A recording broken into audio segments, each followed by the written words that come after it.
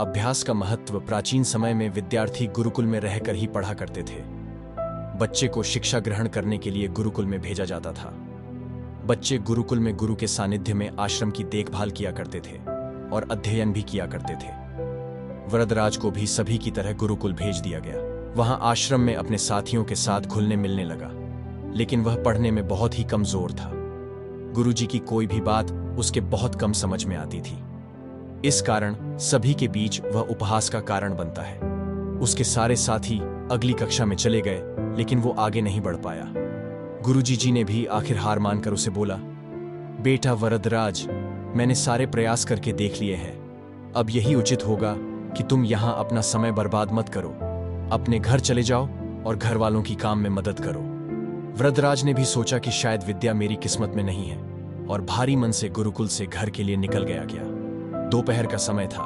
रास्ते में उसे प्यास लगने लगी। इधर उधर देखने पर उसने पाया कि थोड़ी दूर पर ही कुछ महिलाएं कुएं से पानी भर रही थीं। वह कुएं के पास गया। वहां पत्थरों पर रस्सी के आने जाने से निशान बने हुए थे। तो उसने महिलाओं से पूछा, यह निशान आपने कैसे बनाए?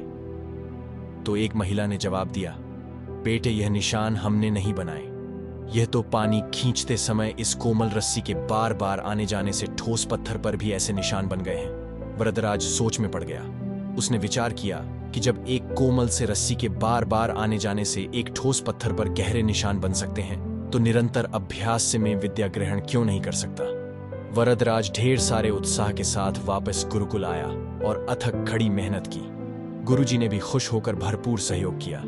कुछ ही सालों बाद यही मंदबुद्धि बालक वरदराज आगे चलकर संस्कृत व्याकरण का महान विद्वान बना, जिसने लघु सिद्धांत कौमुदी, मध्य सिद्धांत कौमुदी, सार सिद्धांत कौमुदी, गीर्वाणपद मंजरी की रचना की। हमें इस कहानी से यह शिक्षा मिलती है कि दोस्तों, अभ्यास की शक्ति का तो कहना ही क्या है। ये आपके हर सपने को पूरा करेगी। अभ्यास बहुत जरूरी है, चाहे वो खेल में हो या पढ़ाई में या किसी और चीज में। बिना अभ्यास के आप सफल नहीं हो सकते हो। अगर आप बिना अभ्यास के केवल किस्मत के भरोसे बैठे रहोगे, तो आखिर में आपको पछतावे के सिवा और कुछ हाथ नहीं लगेगा। इसीलिए अभ्यास के साथ धैर्य, परिश्रम और लगन रखकर आप अपनी मंजिल को पाने के लिए जुट जाएं।